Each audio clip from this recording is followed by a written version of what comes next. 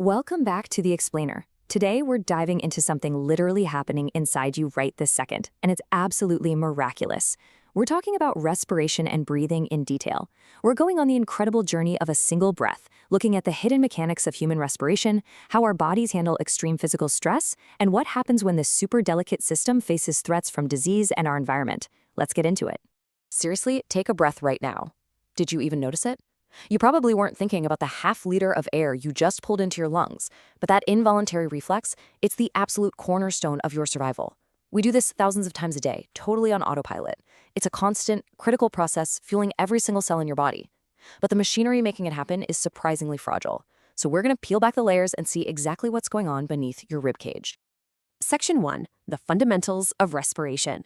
Okay, before we check out the gross anatomy of our lungs, we've got to establish what respiration actually is on a foundational cellular level. It's easy to just think of respiration as breathing, but in biology, it's way deeper than that. There's a fundamental difference between how plants build energy and how we use it.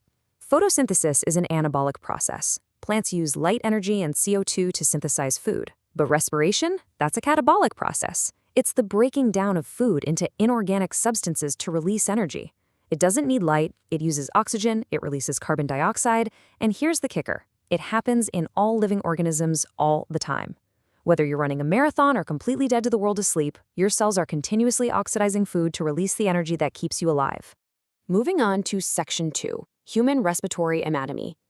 Now that we know why our cells desperately need oxygen, let's look at the intricate biological solution our bodies evolved to meet those massive, continuous energy demands. Okay, let's dive into this setup. Our respiratory surface is buried deep inside our bodies in these paired, spongy, pinkish organs we know as the lungs.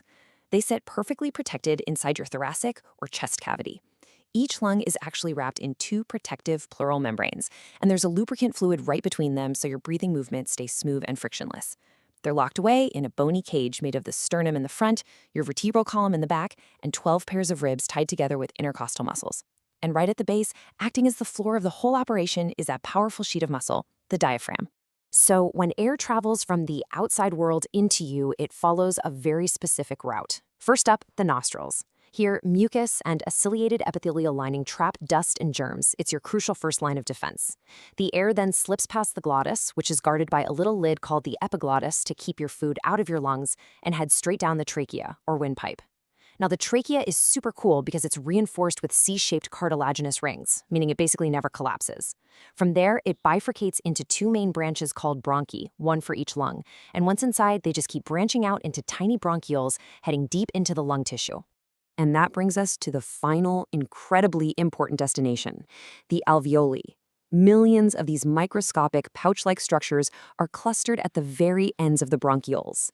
The key thing to remember here is that the actual exchange of gases doesn't happen in some big empty space in your lungs, it happens right here. The walls of the alveoli are made of just a single layer of cells, wrapped in a dense network of blood capillaries. This barrier is remarkably, beautifully thin.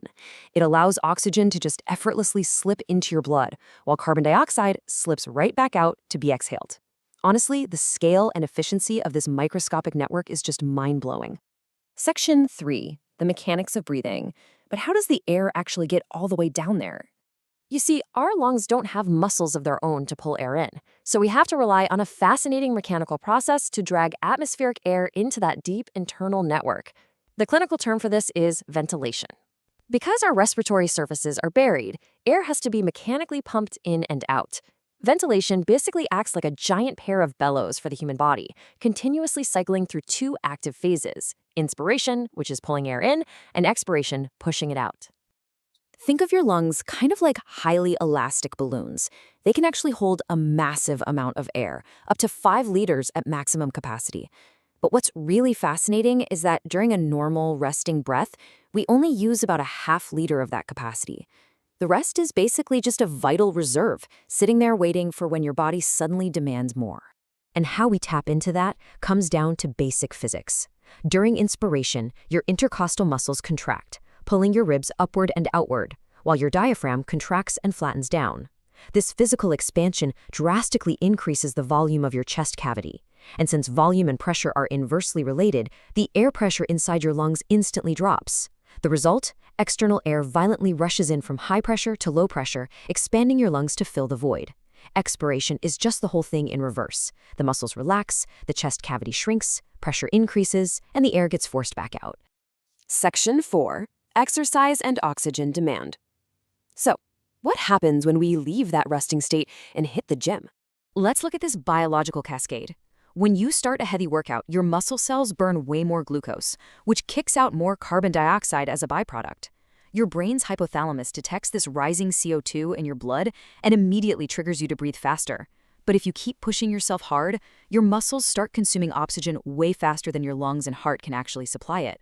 To keep you going, your muscles shift to anaerobic respiration, basically breaking down glucose without oxygen. But that creates a byproduct called lactic acid, which is exactly what causes those painful cramps you feel during a really tough workout. You're literally borrowing energy, creating what biologists call an oxygen debt. When you finally stop exercising and you're taking those massive deep breaths, that's your body desperately working to repay that oxygen debt so we can clear out the lactic acid. But what happens when the body's natural breathing mechanics fail entirely, maybe from severe illness or injury? That's when modern medicine steps in.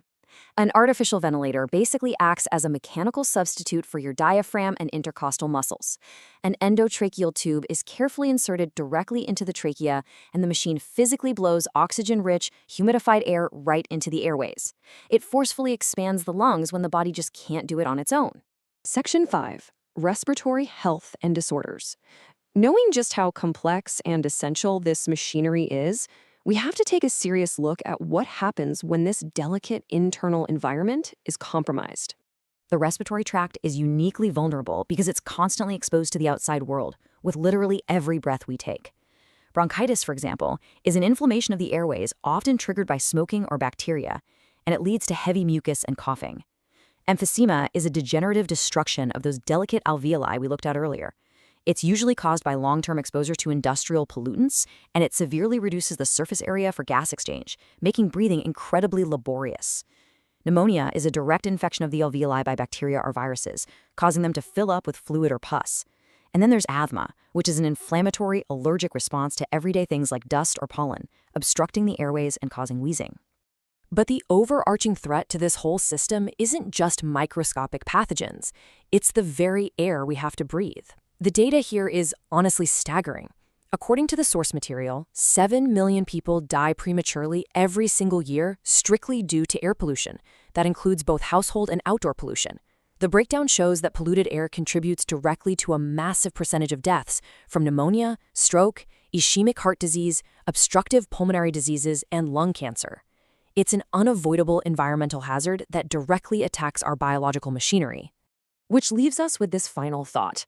We've seen how remarkably elaborate and fine-tuned our respiratory system is, from the single-cell thick walls of the alveoli to the involuntary rhythmic flexing of the diaphragm.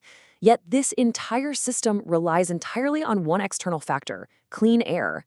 Given the microscopic fragility of our lungs and the sobering data on pollution, how can we better protect the air quality that our survival dictates we inhale thousands of times a day?